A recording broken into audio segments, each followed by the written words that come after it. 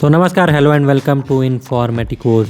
तो दोस्तों, आज का जो टॉपिक है वो पिछले 1-2 दिनों में काफ़ी ट्रेंडिंग हो गया था, क्योंकि एयरफोर्स के एक पूर्व बड़े अधिकारी ने ये कहा कि भारत को एक्सप्लोर करना चाहिए कि अमेरिका से जो F-35 आता है वो लेने को लेकर के।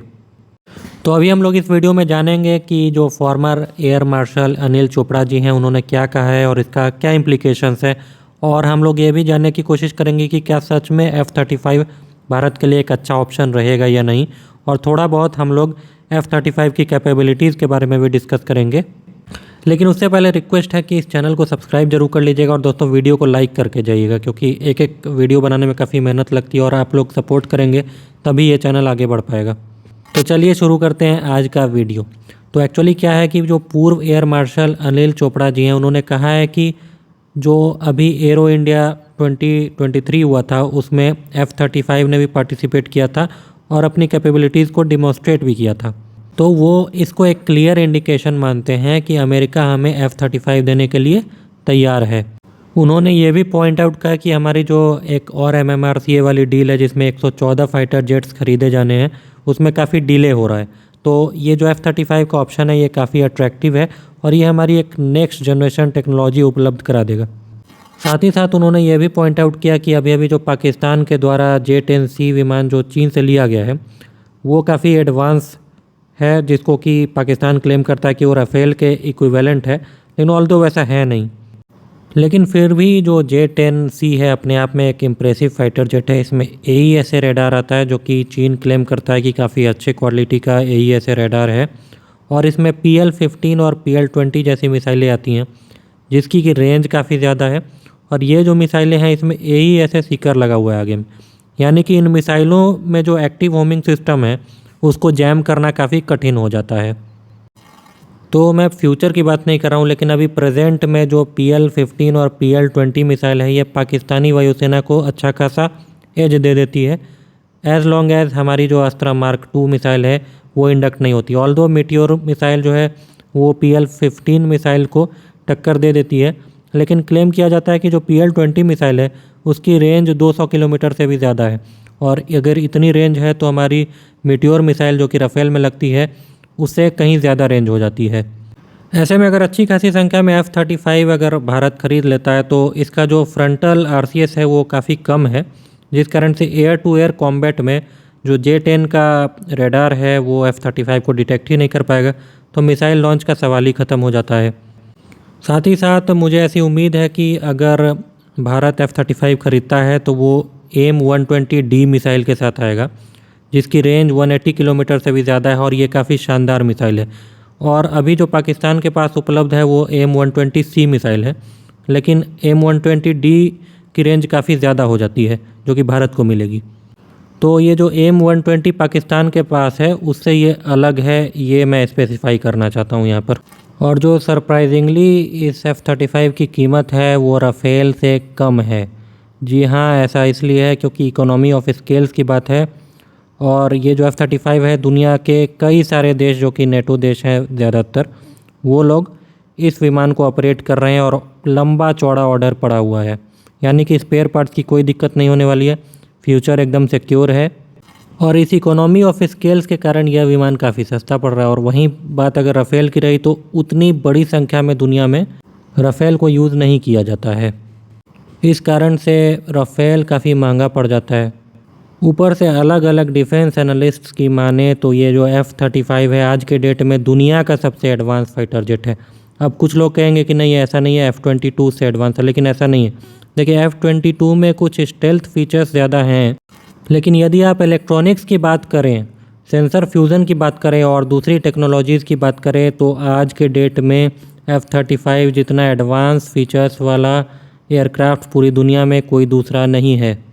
साथ ही साथ अगर भारत इस तरह के विमान को लेता है तो भारत को ये भी एडवांटेज मिलेगा कि बालाकोट जैसे जो स्ट्राइक्स थे वो एकदम स्मूथली परफॉर्म हो जाएंगे, क्योंकि देखिए ये एक स्टेल्थ विमान है, रेडार से बचते हुए ये ज़्यादा अंदर तक जा सकता है। देखिए 100% स्टेल्थ दुनिया का कोई विमान नहीं देगा, ये फैक्ट है, लेकिन अगर कोई पाकिस्तानी रेडार या चीनी रेडार अगर हमारे सुखोई 30 या मिराज 2000 को 100 किलोमीटर पर डिटेक्ट कर रहा है तो इसको 30-40 किलोमीटर पर ही डिटेक्ट कर पाएगा, यानी कि हम लोगों को एक 50-60 किलोमीटर का एक वैक्यूम मिल जाता है जहाँ तक ये अंदर जा सकता है। और इसके ऊपर से आजकल दुनिया भर के स्टैंड ऑफ हथियार भी आ गए हैं जो कि इसमें लग सकते हैं, और मोस्ट कॉमनली इसमें JDAM लगता है।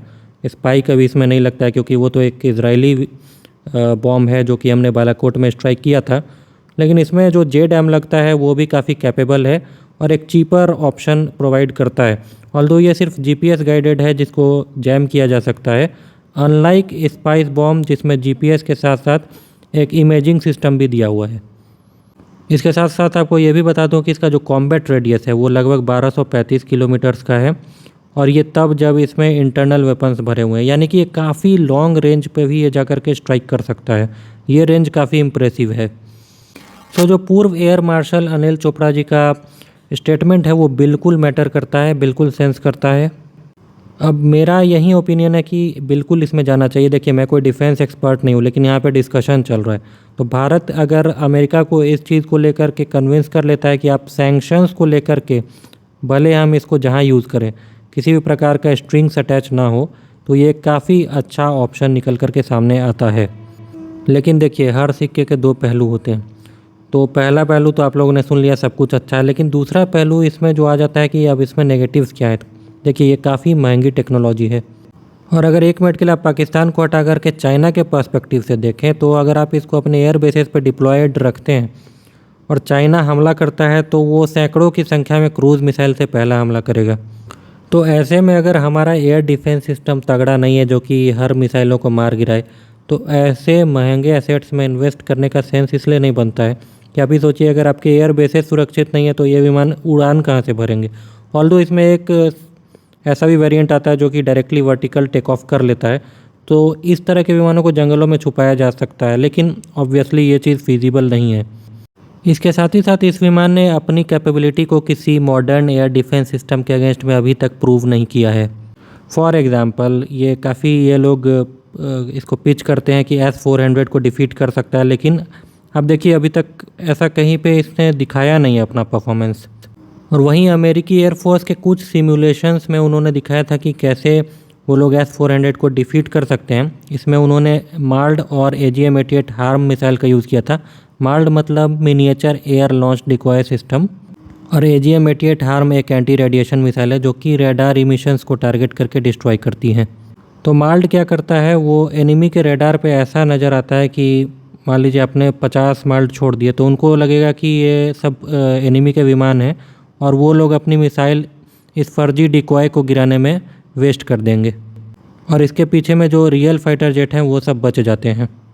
तो मेरा ये कहना है, जब आपको यूज़ करना है मार्ड और AGM-88 हार्म, तो फिर ऐसा F-35 में इतना ज़्यादा पैसा लगा करके क्या करने का मतलब है फिर, क्योंकि ये जो मार्ड और AGM-88 हार्म है वो तो सिंपल F-16 पर भी लग जाते हैं। इसके अलावा एक नई टेक्नोलॉजी भी अमेरिका लॉन्च कर रहा है जिसका नाम है टैक्टिकल एयरबोर्न लेज़र सिस्टम। इसकी फ़ोटो मैं स्क्रीन पर लगा दे रहा हूँ। तो ये जो एयरबोर्न लेज़र सिस्टम होगा ये फाइटर जेट्स के लिए एक तरह का एक्टिव प्रोटेक्शन सिस्टम होगा जो कि अपनी तरफ आने वाली मिसाइलों को ही मार गिराएगा।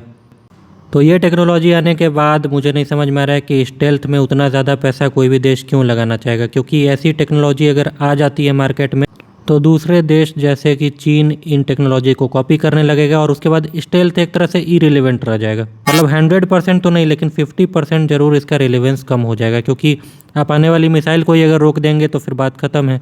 अच्छा, इसको आप मेरा ओपिनियन मान सकते हैं या एक डिस्कशन मान सकते हैं। अपनी राय ज़रूर कमेंट में बताइएगा कि आप क्या इस बारे में सोचते हैं। यहाँ तक वीडियो को देखने के लिए बहुत बहुत शुक्रिया। लाइक ज़रूर करते जाइएगा। मिलते हैं अगले वीडियो में, तब तक के लिए जय हिंद।